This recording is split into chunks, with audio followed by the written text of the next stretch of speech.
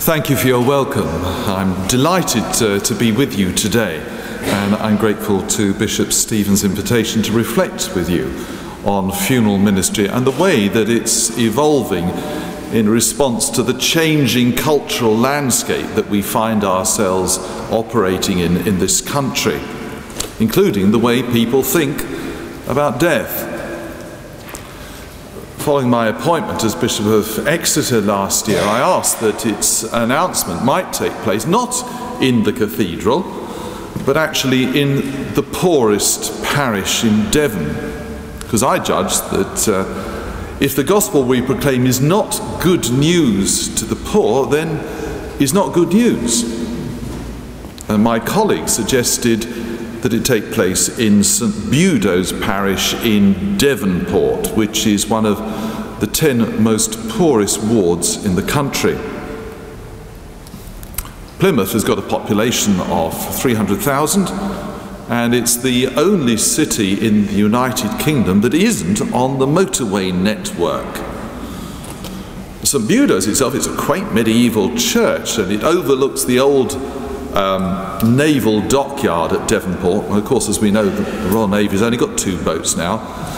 So you find this extraordinary little church with its great claim to fame. It's the place where Sir Francis Drake was baptised and later married. But now it's stranded in the midst of 2 rather forlorn post-war housing estates. But I'm proud to say that that church is a beacon of hope in the local community, because 6 years ago, with seed core funding from the diocese, it set up a debt relief and counselling centre, and that's making a tangible difference to the life of people in that local community. After the announcement, I talked to some of the people on the team, and I asked them what in their experience were the main causes why local people got into debt. Some of their answers I could have predicted, but what took me by surprise was what came top of the list. Top of the list was funeral expenses. Typically, the funerals are big shows with lavish floral tributes, and families often try and outdo their neighbours, and they've got little idea of just how much a funeral costs these days. And ashamed to admit their inability to pay, they borrow money from loan sharks, and before they know where they are, they've got caught in a spiral of debt. I'm sure this scenario is familiar to many of you, particularly those of you who find yourselves ministering in parishes around Sheffield, particularly where the mining industry is now defunct, and likewise the steel industry. In October 2014, The Guardian reported that a combination of dwindling state support and soaring funeral costs is leading hard-pressed families to become dependent on local councils to bury their loved ones.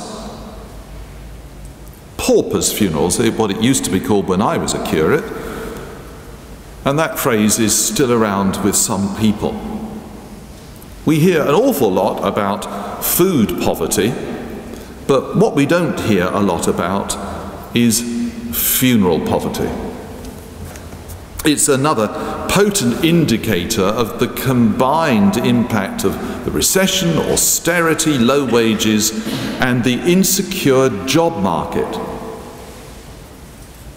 The insurance company Sun Life Direct says that funeral poverty has risen by a staggering 120% since 2010, a figure that it calculates by assessing the shortfall between the cost of a funeral and people's ability to pay. And according to the company's research, the current average cost of a funeral in this country is £3,590. Today, around 1 in 7 people in the United Kingdom are unable to pay that bill. Our medieval forebears identified burying the dead as one of the so-called 7 corporal acts of mercy, which a Christian should be ready to perform as an expression of what it means to love our neighbour. And it seems that things are coming full circle, because once again we find ourselves not only ministering to people in the hour of their death, but actually being advocates of the poor as they seek to bury their dead. Now, when I was first ordained, more years ago than I care to remember, a Church of England funeral was, well, it was the default option of most English people.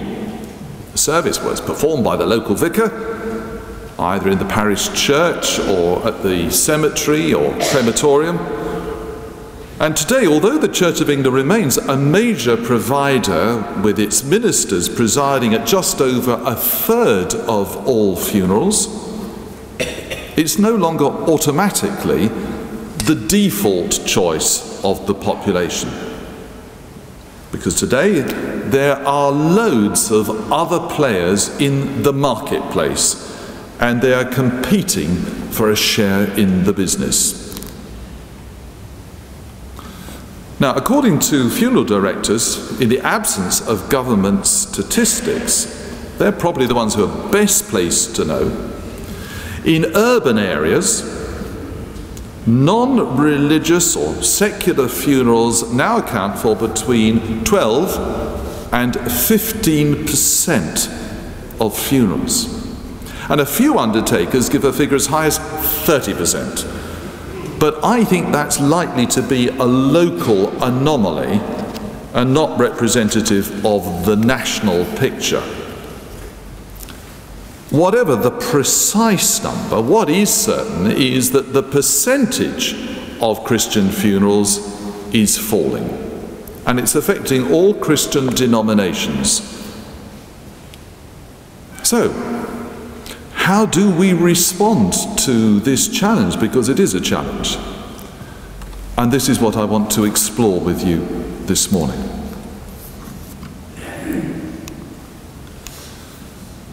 Well, Britain today, you don't need me to tell you, is increasingly diverse, it's mobile, and it's informal. Our cities, like this great city of Sheffield, are fast-moving and they're anonymous.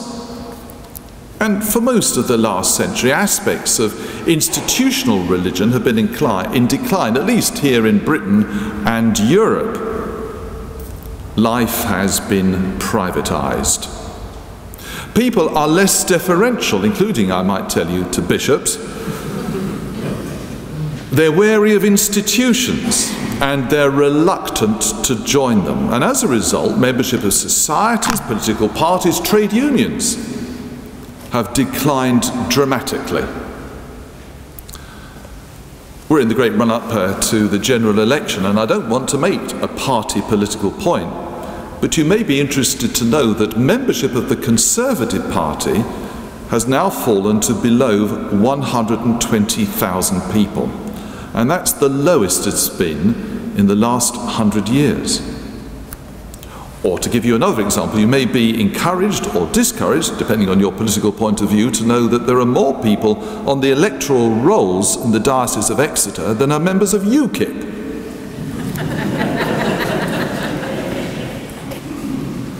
Pubs and clubs have closed in their thousands over the last 10 years, 20 years. And even attendance at football matches has gone down, though you wouldn't believe it from the extent of the media coverage. Now, when we compare church attendance to what was happening to other organizations, actually we can see that actually it's holding up relatively well. That said, there's no room for complacency, because the brutal fact is that if we don't make new disciples, the Church of England's going to go the way of Woolworths. In the paradox of our age, and it is paradox, ridicule and respect go hand in hand. There's a sort of nostalgia for the rootedness which religion fosters, the rituals, the traditions that our churches preserve, particularly in our rites of passage, are still valued by many people as ways of honouring the most precious things in life, whether that's the birth of a child or the death of a beloved parent. Our contemporaries may be reluctant to use religious language, and they certainly mistrust dogma, but they still want to belong, and they crave the ether of spirituality. Now, what's also clear is that choice has eclipsed duty, and it's become a dominant feature of 21st living. And this is impacting the type of funeral that people want, as well as the clothes that they buy. These days, you can have designer coffins as well as designer jeans. The type of music that people want has also broadened out considerably. In advance of their funeral, for example, the website finalfling.com encourages its users to capture and update their favourite music on our My Wishes section. And I quote here, "You should explain why you picked the piece of music, who it's dedicated to, where and when in the service you would like it played. Do you want it live, recorded, sing-along, at entry or exit?" Funerals have become increasingly bespoke, tailor-made to fit the requirements of the bereaved or the deceased. And our generation, accustomed to doing its own thing in every other sphere in life, brings that mindset to bear upon how Grandad's funeral should be organised. Even when a funeral is conducted by a recognised Christian minister, the content and the style of the service can vary hugely. People expect to have whatever they want, and they're eclectic in their tastes. The great Christian narrative that shaped the outlook of earlier generations has been largely discarded. I think, as we all know as clergy and lay ministers, biblical knowledge is at best rudimentary and often non-existent. The rituals of mourning that sustained our grandparents have been jettisoned. There's no longer common religious language that can shape our inchoate beliefs of the bereaved in their own struggle for meaning. I took a funeral recently, and the comments of the bereaved varied from, "We know he's still with us," to one person at the end of the funeral said to me, "He's gone to be an angel." It's as if a pseudo-Christian language is evolving to fill the vacuum created by the loss of a biblical vocabulary. There's not even a common musical repertoire to plug the gap.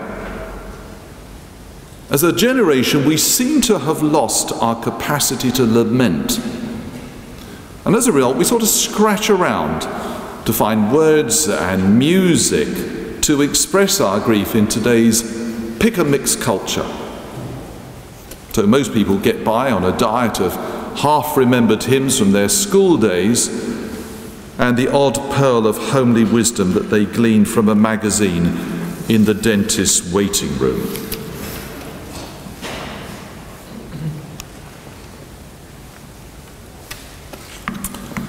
Whether we like it or not, funeral directors will always be the first port of call for the bereaved. Gone are the days when the first phone call of the bereaved family was to the parish priest. Now, some clergy really resent this change, feeling that somehow their role is being usurped. But it's not going to change, so we might as well get real. I can't help thinking that priestly grumpiness is not going to advance the kingdom of God. And the trouble is, it sometimes cements in certain people's minds that the Church of England, well, they're arrogant lot. Now, in the same way that clergy like to talk about baptisms, but people out there talk about christenings, so ministers habitually talk about undertakers, whereas undertakers themselves prefer to call themselves funeral directors. Now, the old label may still have mileage in rural areas where classically the undertaker doubles up as a joiner or farmer, like in Devon. But in urban areas, I'm sure this must be the case in this diocese, the funeral director is now the normative word. And this change of title is more than cosmetic. It is indicative of the professionalization of a role and the way that tasks in earlier generations were dispersed across a whole group of people in the local village or community or family are now subsumed by this all-encompassing manager of death. Funeral directors these days do much more than provide a coffin and transport. They oversee the whole process of death from the mortuary to the grave. And it's not unusual for them to preside at the funeral ceremony itself. And some are even offering bereavement counselling sessions to their clients. Now, observers of this quiet evolution point to the way that the North American funeral customs are continuing to come across the Atlantic and to reshape the British scene. And many funeral directors now describe their premises as funeral homes. And some predict that it won't be long before chapels of rest are enlarged and equipped with lecterns and sound systems like this, so that funeral services are offered in funeral homes. And this is already happening in some parts of Britain. It certainly was happening in Manchester, where I used to live. Why bother to go to a cold, drafty old church when something altogether more modern and comfortable is available at our funeral home? Now, in these developments, cynics see evidence of the commercialization of death, akin to that which was famously expressed by Jessica Mitford, if you ever read her book, The American Way of Death. And it certainly creates problems for us Anglicans, because, you may not know this, under the Burial Act of 1880, it is illegal for a Church of England minister to conduct a funeral service in a funeral director's private chapel. And this prohibition was repeated in the revisions of canon law in 1987 and as late as 2003. Now, some clergy and funeral directors are quietly ignoring this prohibition, but if this development continues, and I suspect it will, well then, in the Church of England, we're going to need to reappraise the situation and probably change canon law. Now, like the clergy, funeral directors, well, they come in all shapes and sizes, don't they? There is the occasional bad apple, but in my experience anyway, most of them, they're conscientious people, they're caring individuals, and actually some are outstanding in the service that they offer. Funeral directors, they're running a business, so it would be naive not to acknowledge the fact they need to make money. That said, most take their work seriously and they are scrupulous in their dealings. And some see it not just as a service to the public, some see it as their vocation. So I think we should never, ever think that we have got a monopoly on pastoral care. It's not true. Now, part of the current trouble, as I perceive it, is that most clergy perceive themselves, I'm the funeral director, I'm the one who's doing this. And they resent the encroachment of undertakers on their sacred territory. And sometimes this underlying tension can erupt into open conflict. And when it does, well, it's both sad and bad, particularly if it spills over to a bereaved family who are caught up in it all. Now, given that funeral directors have got the body, and possession is 9/10 of the law, I think we do much better to build strong and positive relationships with funeral directors and just stop bemoaning our fate. A regular charm offensive with your local undertakers is going to pay real dividends. And after all, they need to be cared for just like any other parishioner. And whether we like it or not, funeral directors will always, as I said, be the first port of call of the bereaved. So we need them on our side. Collaboration is the name of the game, and that's true in funerals as it is in the rest of our parish ministry, particularly in the current marketplace. Now, over the last 20 years, a new cadre of funeral celebrants has emerged. And they're catering for people of no faith or who no longer feel at home in the church, or well, perhaps they're just ambivalent about organized religion. And they variously describe themselves as civil, secular, or humanist celebrants, depending on their approach. Now, funerals can, of course, as I said, be self-led with a relative or a friend of the family presiding at the ceremony and pressing the button at the crematorium. And as I said, it's not unknown for funeral directors to double up too. But it's interesting, as far as civil celebrants are concerned, what they actually say about themselves. If you haven't looked at their website, I would encourage you to do so. According to the website of the Institute of Civil Funerals, a civil funeral is a funeral driven by the wishes, beliefs, and values of the deceased and their family, not by the beliefs or ideology of the person conducting the funeral. It sits between a religious service and a humanist funeral. Working in close collaboration with the funeral director, they seek, and again I'm quoting again, to maintain a high degree of personal involvement with the bereaved family, leading to the creation of a life-centered ceremony. Now, unlike humanist funerals, which will rigorously exclude readings from the Bible, hymns, prayers, and all religious imagery, a civil funeral can have any format, and it may and often does contain hymns, psalms, prayers, including the Lord's Prayer, if that's what the family want.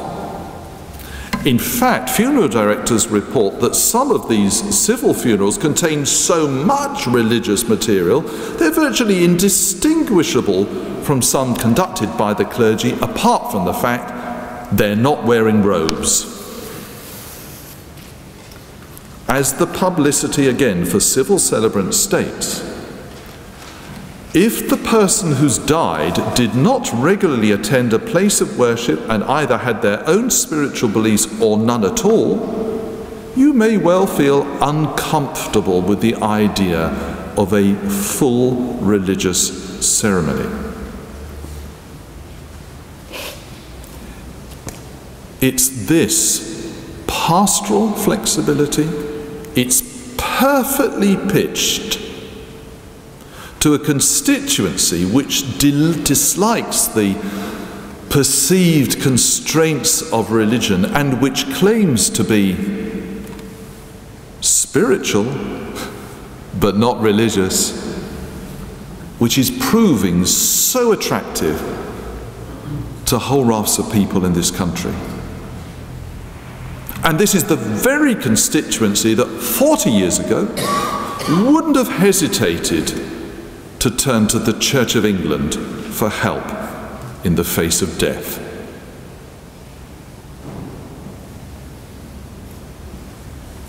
Now, uncomfortable though this is, we need to face the fact that many funeral celebrants, they're actually doing a more than competent job, and let it be said, earning a very comfortable living in the process. And typically they're courteous, they're efficient, they're well turned out and professional in their dealings. And unlike us, for whom funeral ministry is just one aspect of the job, funeral celebrants are focused on this one thing, and they are always at the other end of a mobile. They know that funeral directors are under pressure from bereaved families to fix the date and time of the funeral. They respond punctually to phone calls, they're flexible, they meet the needs of the bereaved with generosity. And furthermore, with civil celebrants, anything goes. Unlike us, who will rightly and appropriately be discriminating about what's appropriate in the context of a Christian funeral, without, I hope, being censorious. We also have to face the fact that some funeral directors are in business partnerships with civil celebrants now. And classically, of course, when a bereaved family is with an undertaker, it's the questions that are asked. Are you religious? How many people in our country today will answer yes to that question? Religion has become a sort of dirty word. I'm spiritual plus not religious. Religion is negative. Another question, do you have your own minister? Or would you like me to find you one? It just so happens that we have ministers on our books. Of course, none of them are ordained or recognized, actually not even any Christian. Well, that would be so helpful. Thank you.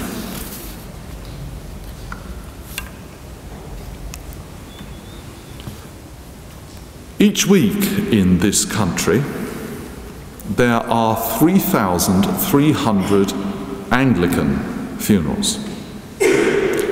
So, with all that's changing in our country, why do people still want to look to us for help? And this is where the research that's been done is really helpful, and I'm sure Sandra this afternoon will want to share more about this. Research has identified 6 reasons or 6 constituencies. Many are loyal members of our congregations. For them, a funeral in church, not just at the crematorium, is a natural choice. It reflects both their beliefs and a whole networks of supportive relationships beyond their immediate family. For some, it's about a sense of place and community. It's where they feel they belong. And that may go hand in hand with religious conviction, but not necessarily. And this is particularly the case in rural areas. For others, the choice of an Anglican funeral is a matter of convention or convenience. For others, the request for an Anglican funeral is generated by a connection with a particular church, or more likely, a connection with a particular minister. And in our society, where relational is prized above the institutional, we shouldn't be surprised at that. And we shouldn't put unnecessary obstacle in the ways of such approaches. Because if we do, we'll simply drive these people into the open arms of the secular celebrants who are waiting in the wings to gather up everybody. A funeral director understands the constraints of parish boundaries, the protocols that we try to operate with, but the bereaved don't. They find church structures hugely confusing. Then there are those who, although they don't attend church regularly, still see the Church of England as a benign institution to which they're linked, however tenuously, and which can bring significance and meaning in the face of death. But this is a shrinking constituency. Though they're not yet ready to tick that little box on the national census form which says, no religion. And finally, and we really do need to hear this, according to all the research, the reason why people turn to the Church of England is because its ministers are trusted to do a good job.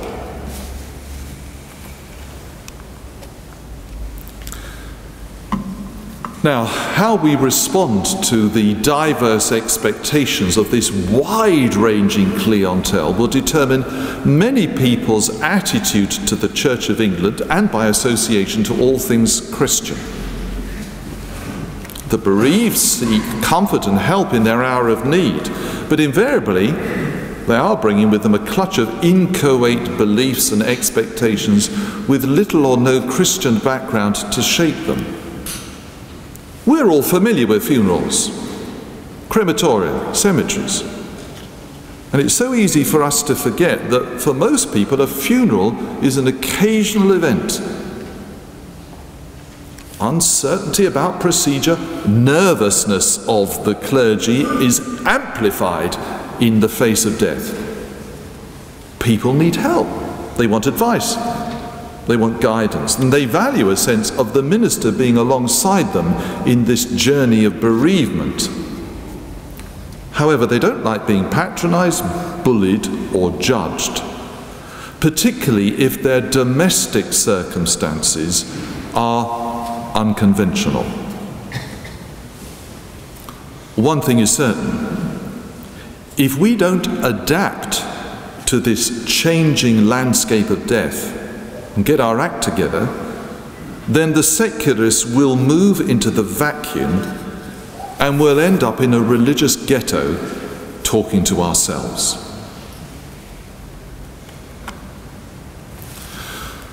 Now, in order to get a handle on the changing attitudes to death and funerals, when I used to be the Bishop of Stockport, we held a series of meetings right across Cheshire and South Manchester. Initially, we held them with all the funeral directors. We had a whole series of meetings. And then we held them with clergy and readers who've been authorised and trained to take funerals. And we also commissioned the University of Chester to undertake a funerals project focused on Warrington. Warrington, half of it is in the Diocese of Chester, and the other side of the Mersey is in the Diocese of Liverpool. So it was an interesting experiment to see how things came out there. And they interviewed funeral directors, the clergy, the bereaved, both before and after the funeral to get the feedback. And I'm really glad and proud to say that the feedback from all this was really positive.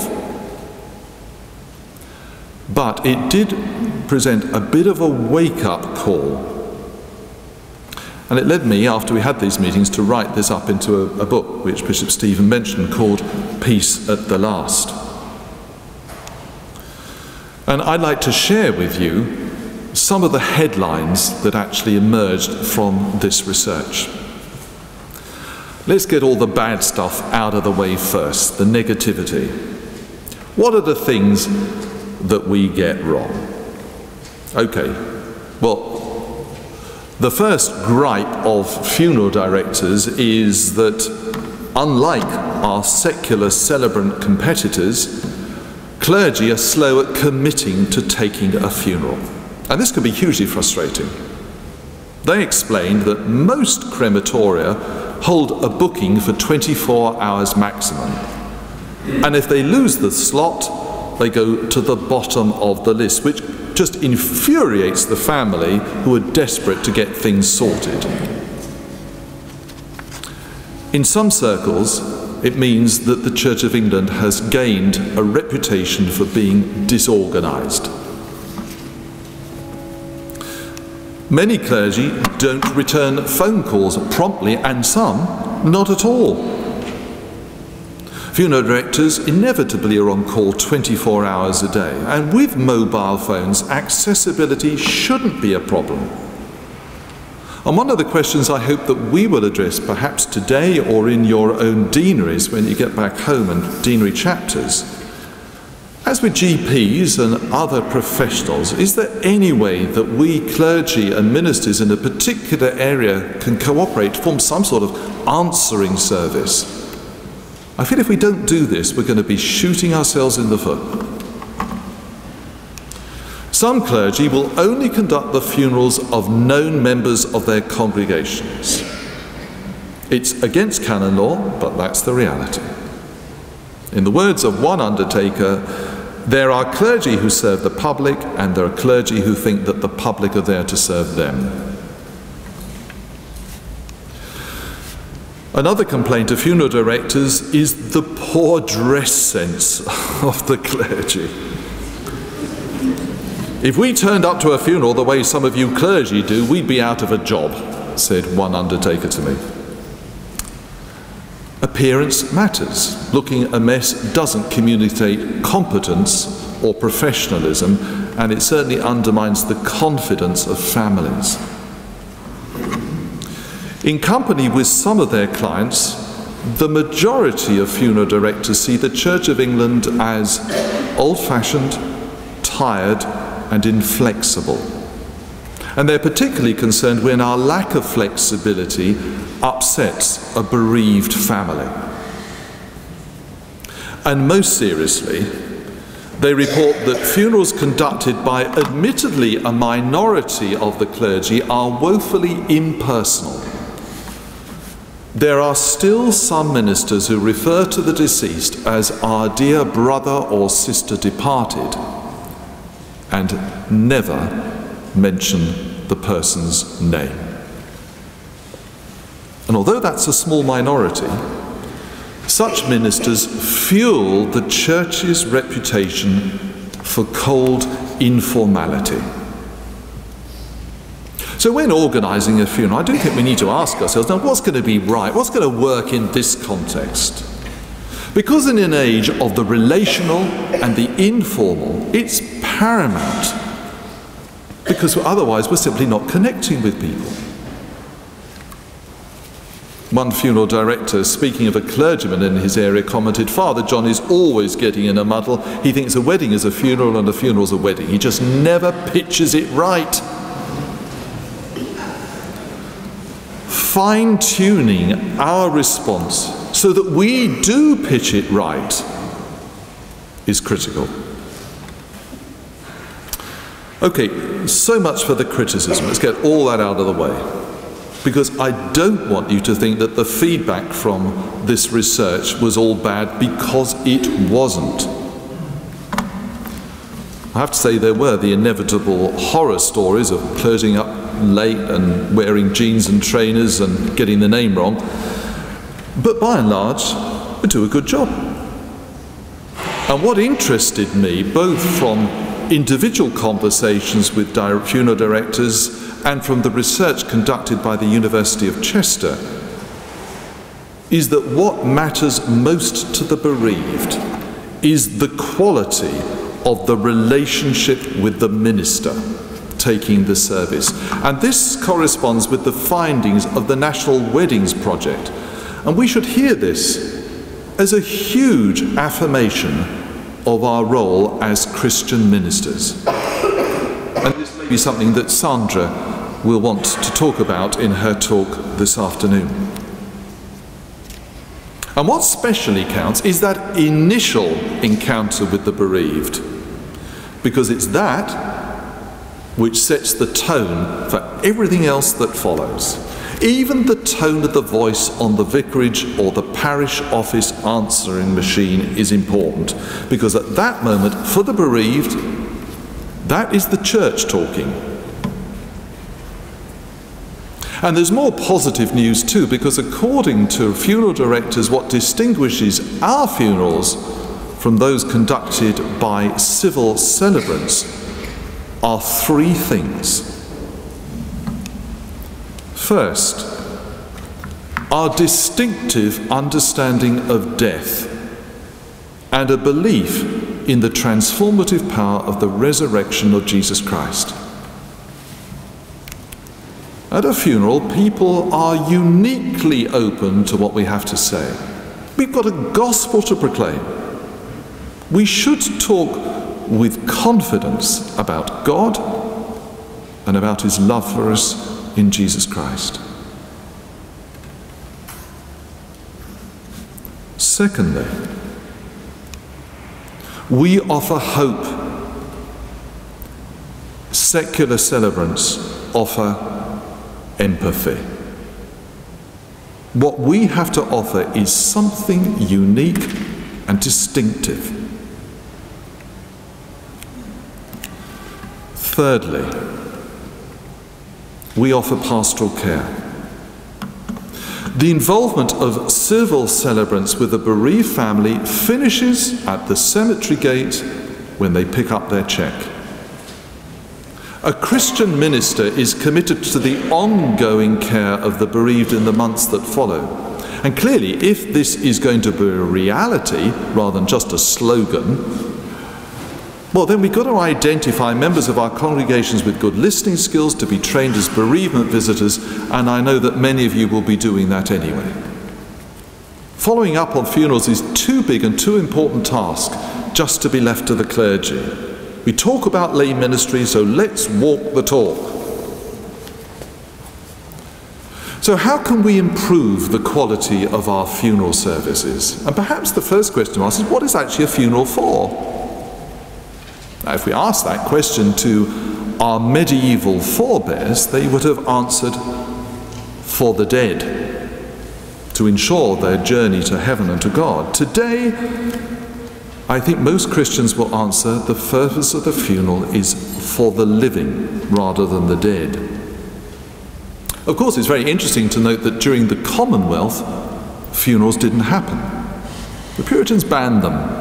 The corpse was simply buried, and they were instructed to bury them without prayer or preaching or anything. It's very interesting to see how the pendulum has swung. Today, if you would look in common worship, there are 4 reasons for funerals which a minister begins at the service.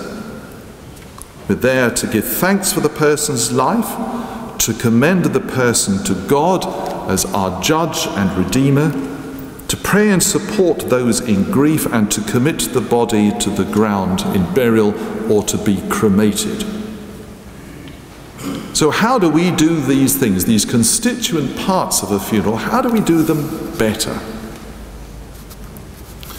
Well, one issue that we do need to address square on is our reputation for inflexibility. An undertaker said to me that if he got a tricky funeral, he always went to the Methodist because they were so much easier to deal with than the Church of England.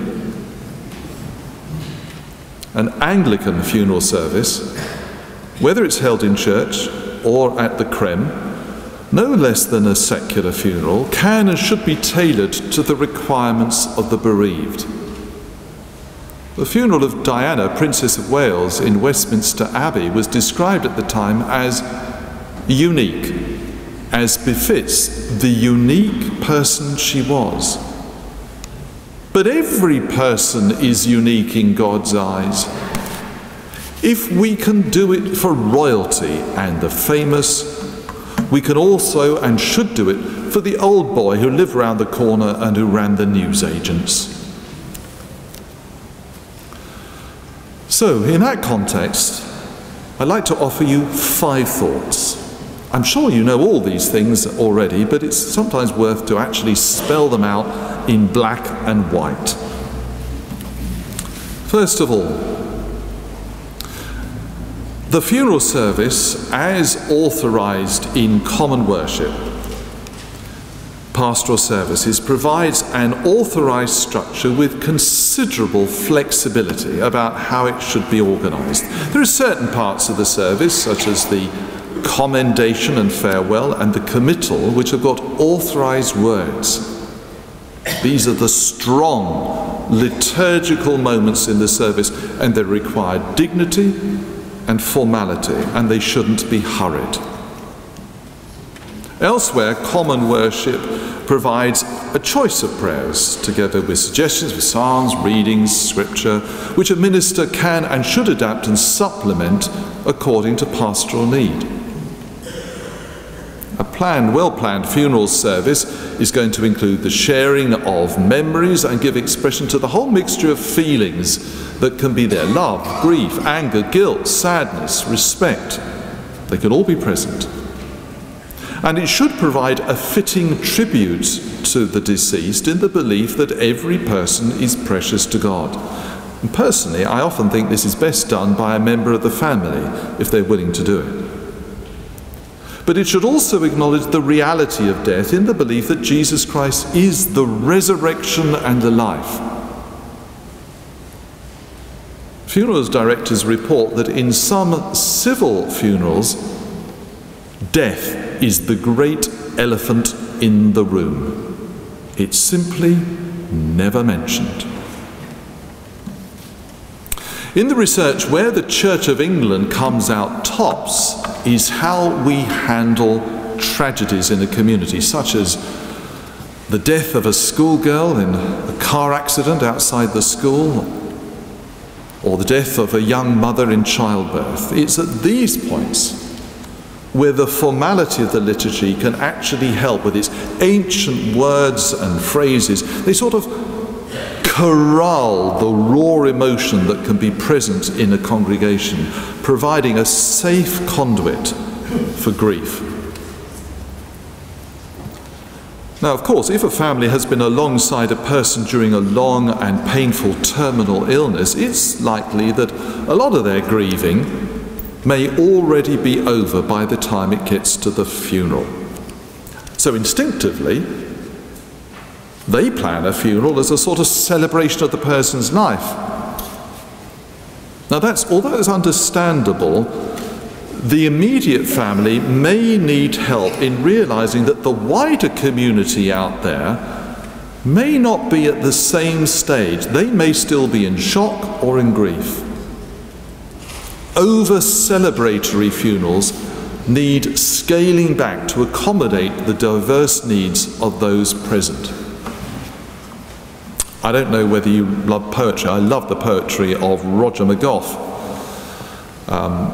Perhaps you know his poem, I'm Not Sleeping. He parodies here the life-centered funerals of secular celebrants. I don't want any of that. We're gathered here today to celebrate his life, not mourn his passing. Oh yes, you are. Get one thing straight, you're not here to celebrate, but to mourn till it hurts. Now obviously, the expectations of those wanting a funeral in church as opposed to those wanting the service at the crematorium or graveside will vary enormously. And in some circles, it's becoming customary for the committal to take place privately in advance of the funeral, which then takes on the flavour of a memorial service without a coffin. Such an arrangement is often designed to meet the needs of hospitality, or if the crematorium's an awful long way away. Personally, and it's just a personal view, I think we should resist this development, because it disables the majority of mourners from coming to terms with their loss. We are a society that likes to tidy death away. How much more comfortable to come from a memorial service where there isn't a coffin. But when we tidy death away, we damage ourselves. There are few places in society where we say or sing things together, and church is one of them. And once upon a time, when I was a lad, you went to the cinema or the theatre at the end, everybody stood up for the national anthem. FA Cup finals still resound to words of Abide With Me, and it'd be interesting to see after the London Olympics whether this old favourite makes a comeback.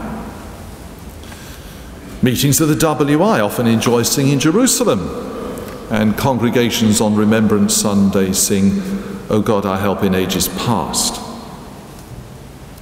But these are all exceptions to the rule. For most people today, occasions when they unite with others in word or song, beyond singing happy birthday to a member of the family or a colleague at work, are few and far between. It's one of the things that makes church distinctive in the 21st century. Put it another way, it's what makes the church odd. And let's face it, church music is an acquired taste. Back in March, I took my aunt's funeral in Somerset, and I discussed with my non-church-going cousins what we might sing at her funeral, and I watched them completely panic, and they went back into their memory of school assemblies.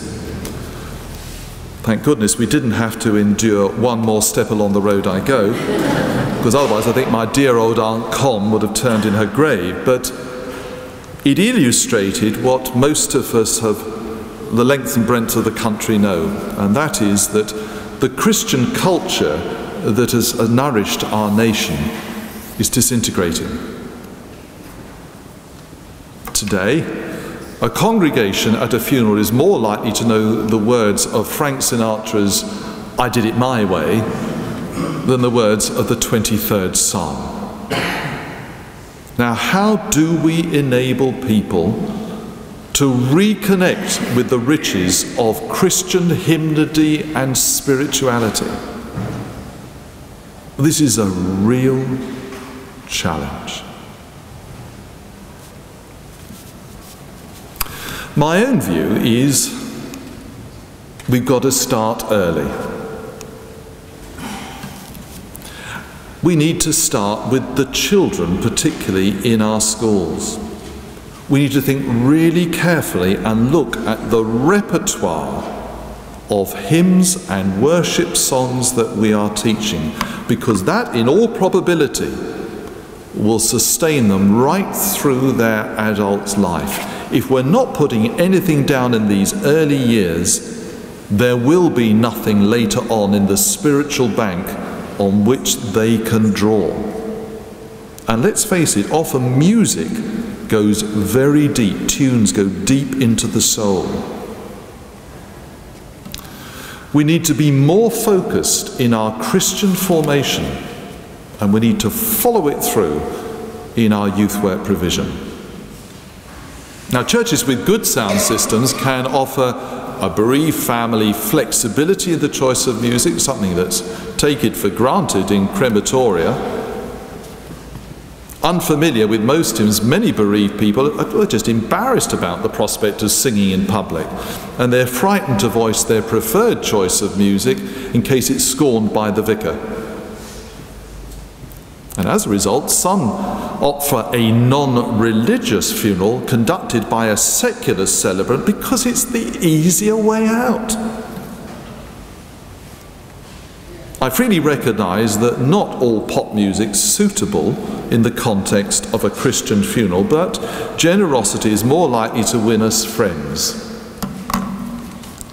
certainly, than what may be perceived as cultural snobbishness. I do think we need to draw people in with the choice of music and not alienate them.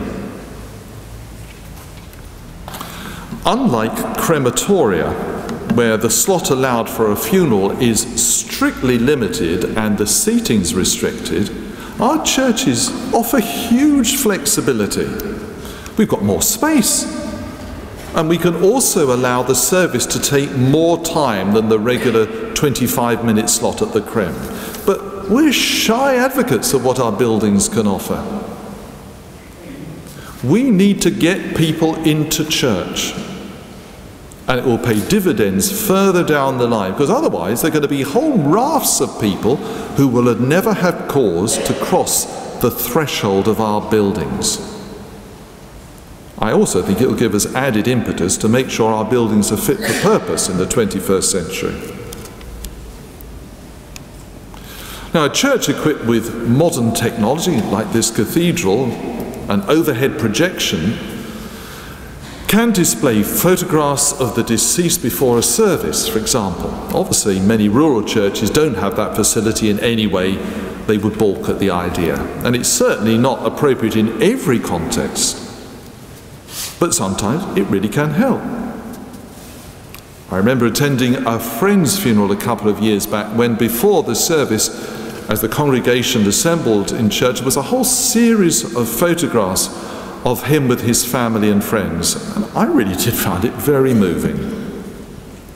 Similarly, orders of service carrying a photograph of the deceased on the front cover, or perhaps a poster at the church as you walk in, are all ways of helping of personalising a funeral.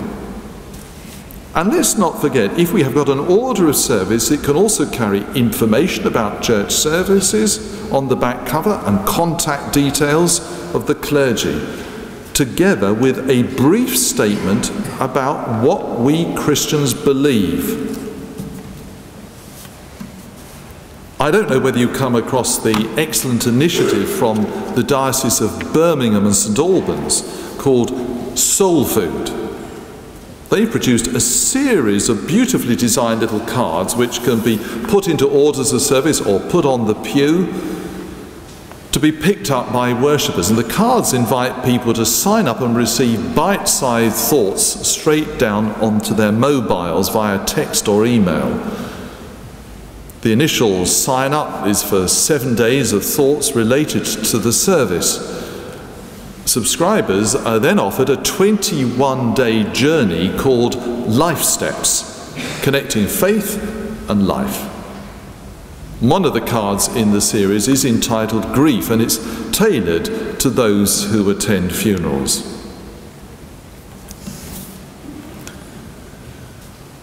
Experiences, even positive experience of a church funeral, can be quickly forgotten as the busyness of life overtakes us. And Soul Food, I think, helps people to take this small step on the journey of faith and find points of connection with church.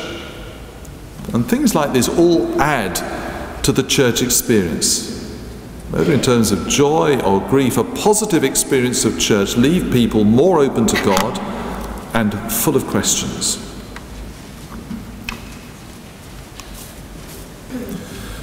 There are two related points I'd like to say under this heading of communication. And the first point's about mission. It's estimated that each week over 200,000 people attend funerals conducted by an Anglican minister. 200,000 each week. How can we maximize our contacts with these people? We talk about faith as a journey, but we just don't give an awful lot of imagination to engage with them, those who are finding themselves on this journey. Most of today's fringers, unlike fringers 40 years ago, have very little church culture on which to build and virtually no religious vocabulary with which to articulate their seeking. We make a great mistake if we assume that there's something like dormant Christianity just waiting to be awakened. There's not. There's just spiritual fog. So our language needs to be accessible to them and our welcome genuine. Secondly, the majority of the British population today instinctively turn to the internet for information, including what do you do when someone dies? And if you haven't been on the internet, as I said earlier on, to look at what civil celebrants how they're marketing themselves, I suggest you do, because it's quite an eye-opener. These are our competitors, and it would be naive if we ignored them. The reality is that parishes that have up-to-date websites are immediately at an advantage when it comes to death. And our websites need to carry basic information about what the options are that are available to them when planning a funeral and who to contact. Equally important, our websites need to say what Christians actually believe. Most people don't know. We presume far, far too much. And to repeat a point I made earlier, but I do want to underline it, a regular charm offensive with the local funeral director will pay dividends. In conclusion, let me say simply this. The world of funerals is changing, and we need to adapt. Otherwise, we're going to be increasingly squeezed out of the market. In terms of our mission, a funeral can provide a unique opportunity to build bridges with the local community, many of whom may never have had any contact with the church. A good funeral is a good advert for the church. Sadly, the reverse is also true. In the current free-for-all funeral market, we need to raise our game as a matter of urgency. We need to be known for the quality with which we conduct funerals and for the care that we extend to the bereaved. Historically, funerals have been a key part of our mission and ministry in this country, but we should not take it for granted. Funeral directors are right to encourage us to change and adapt, or the growth in secular funerals will continue unabated. We need to invest in our funeral ministry. My friends, if we don't, we'll lose it. Thank you.